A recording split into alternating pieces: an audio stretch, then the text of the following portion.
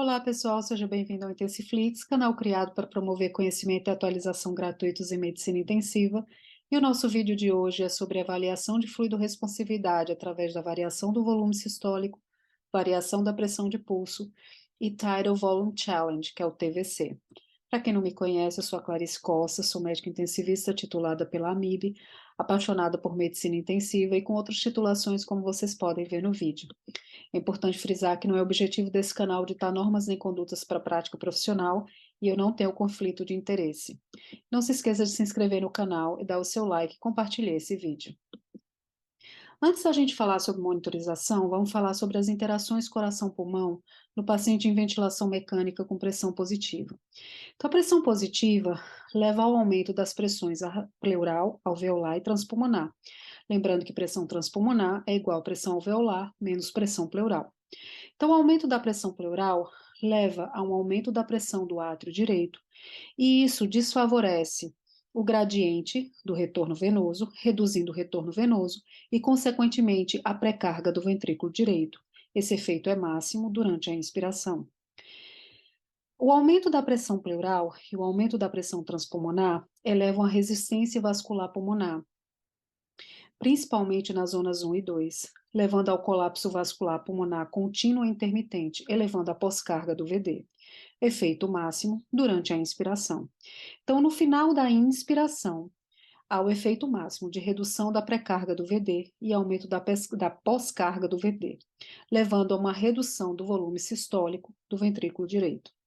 Durante a passagem de trânsito de sangue pela circulação pulmonar, o aumento da pressão alveolar, combinado ao decúbito do paciente, altera o fluxo de sangue pulmonar, criando zona 1 e aumentando a proporção de zona 2, contribuindo ainda mais para o aumento da resistência vascular pulmonar, consequentemente aumento da pós-carga do VD e também ventilação de espaço morto. Então, durante a expiração, vemos a redução da pré-carga do VE por uma redução do volume sistólico do VD, com consequente redução do volume sistólico do VE.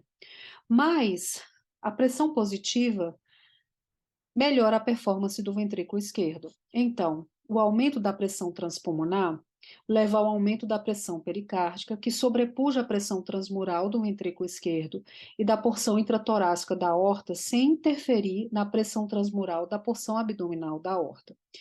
Então, isso reduz a pós-carga do VE e facilita a ejeção do volume sistólico do VE, e esse efeito é máximo no final da inspiração.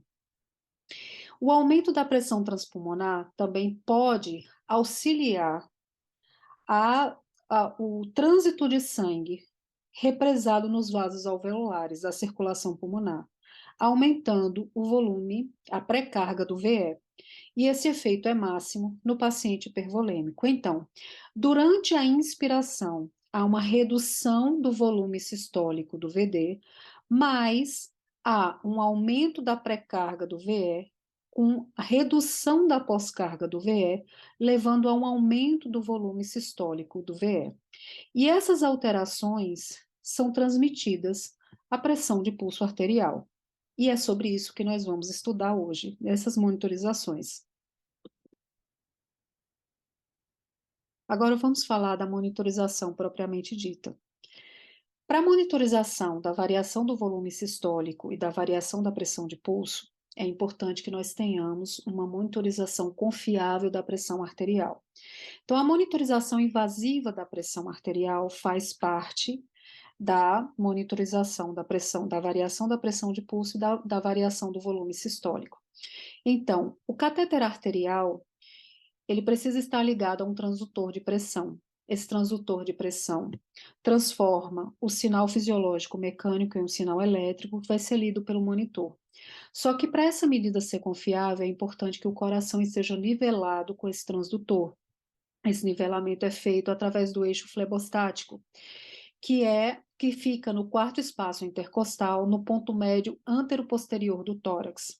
Se esse nivelamento não estiver correto, vai haver interferência da pressão hidrostática e da pressão atmosférica. Isso vai levar à alteração na medida da pressão arterial, que não vai ser confiável, tanto para mais quanto para menos. Lembrando também do formato da onda arterial, Então, lembrando que a onda arterial tem um pico de pressão sistólica, tem a incisura dicrótica, que é o fechamento da válvula aórtica, que aí é o fim da sístole e início da diástole, e a pressão diastólica. O monitor também faz a leitura da pressão arterial média, que é a pressão média no sistema arterial.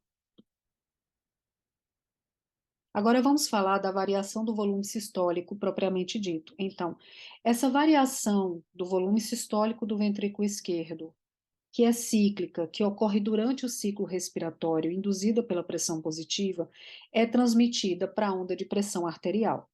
Então, lembrando que durante a inspiração, há um aumento do volume sistólico do ventrículo esquerdo por uma redução da pós-carga e um aumento da pré-carga do ventrículo esquerdo, induzidas pelo aumento da pressão transpulmonar. Já na expiração, há uma queda do volume sistólico do ventrículo esquerdo, porque há uma queda do volume sistólico do ventrículo direito, e eles trabalham numa relação de interdependência. Então, essa variação do volume sistólico é lida pelo monitor e atribuída em percentual. Então, se considera o paciente fluido responsivo se a variação do volume sistólico for maior ou igual a 13%. Essa é a foto de um dos monitores, que se usa bastante a beira-leito, está no mercado. Não tem um conflito de interesse, há outras marcas também no mercado. Só que para esse índice, essa variação do volume sistólico ser confiável, o paciente precisa preencher alguns pré-requisitos. Então, um deles é que ele precisa estar em ventilação mecânica invasiva, em modo controlado, ventilado a 8 ml por quilo, maior ou igual a 8 ml por quilo. Por quê? Porque se o paciente está com volume corrente reduzido, essas alterações induzidas pela pressão positiva são de menor intensidade, então isso pode gerar um falso negativo. Da mesma forma que um paciente com complacência pulmonar reduzida, essa interferência das pressões alveolar, pleural e transpulmonar será menor em relação ao sistema cardiovascular, podendo gerar um falso negativo também. Outro pré-requisito importante é que o paciente precisa estar com uma frequência respiratória menor do que 35, uma relação frequência cardíaca, frequência respiratória, perdão, menor do que 3,6, tórax fechado, sem disfunção de VD, com bom formato de onda arterial, sem hipertensão intraabdominal, porque a hipertensão intraabdominal reduz o retorno venoso, e sem arritmias, porque a arritmia prejudica a leitura da variação do volume sistólico. Em pacientes particularmente cirúrgicos, você pode fazer essa leitura da variação do volume sistólico através de monitores não invasivos. Por que pacientes cirúrgicos? Porque se o paciente tiver algum comprometimento vascular periférico, pode comprometer a leitura e a monitorização não ser fidedigna. Isso aqui é um dos exemplos de monitorização não invasiva que tem no mercado. E, assim, se o paciente tiver vasoconstricção periférica secundária a um estado de choque ou hipotermia, vasoconstricção periférica secundária a vasopressor em altas doses, ou obstrução vascular do braço ou mão, onde está o monitor, vai comprometer a monitorização e a medida do volume sistólico não será confiável. Agora vamos falar da variação da pressão de pulso.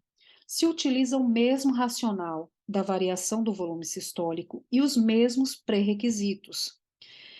A diferença é que a variação da pressão de pulso não necessita de um monitor específico para sua leitura. Ela pode ser lida no monitor multiparamétrico que nós usamos à beira-leito. Alguns já dão a variação da pressão de pulso em percentual, outros você precisa congelar a onda e medir com o cursor. E aí você aplica na fórmula. Então, lembrando que a pressão de pulso é máxima na inspiração, porque o volume sistólico do ventrículo esquerdo é máximo durante a inspiração e é mínima durante a expiração, porque o volume sistólico do ventrículo esquerdo cai durante a expiração. Então, aqui você aplica os valores, né, da pressão de pulso máxima e mínima na fórmula, que é pressão de pulso máxima menos pressão de pulso mínima dividido pela média multiplicado por 100.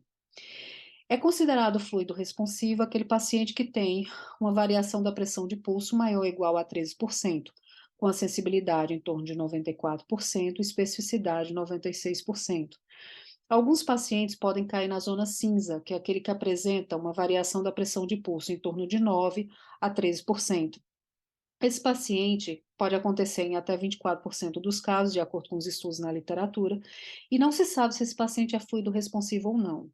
Então, você pode associar a um outro teste para avaliar a fluido responsividade, como a elevação passiva das pernas, que equivale a uma prova de volume de mais ou menos 300 ml. Então, se o paciente estiver na zona cinza, você pode fazer a elevação dos membros inferiores e avaliar se o paciente teve uma elevação do débito cardíaco ou não, evitando assim que você dê volume de forma aleatória e prejudique o paciente.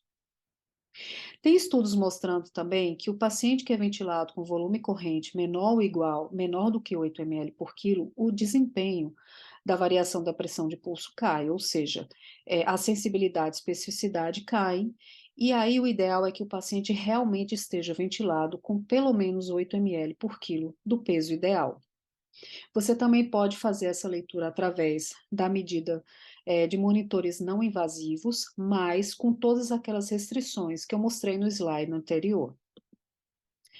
No paciente que tem uma complacência pulmonar reduzida, que está sendo ventilado com volume corrente reduzido, você pode aumentar esse volume corrente para 8 ml por quilo durante 1 minuto e ver o que acontece, ou com a variação da pressão de pulso, ou com a variação do volume sistólico, a depender do que você tenha de monitorização naquele momento.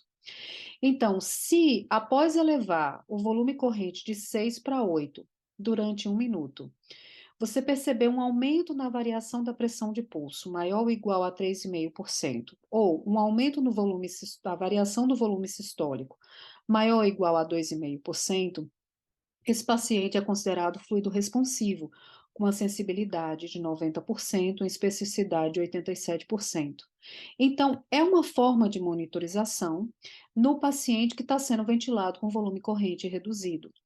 E ela também pode ser feita em posição prona, o que também é uma vantagem. Então, para concluir o nosso vídeo, quando avaliar a fluido-responsividade? Então, se o paciente apresenta sinais de choque circulatório agudo e não há sinais óbvios de hipovolemia, esse paciente precisa ser avaliado quanto à fluido-responsividade. Só que aí você precisa escolher o melhor teste para esse paciente, a depender das condições clínicas e dos pré-requisitos que ele apresenta. Então, se o paciente apresentar incursões respiratórias espontâneas ou arritmia cardíaca, você pode fazer a elevação passiva das pernas ou o teste de oclusão expiratória final. Se o paciente não apresenta incursões respiratórias espontâneas, nem arritmia cardíaca, nem redução da complacência pulmonar, ou não esteja sendo ventilado com volume corrente reduzido, você pode fazer a variação da pressão de pulso, a variação do volume sistólico, o TVC, a elevação passiva das pernas ou o teste de oclusão expiratória final. Mas se o paciente apresenta SARA ou qualquer doença que reduza a complacência pulmonar, ou esteja sendo ventilado com volume corrente reduzido, você pode fazer o TVC, a elevação passiva dos membros inferiores ou a oclusão expiratória final.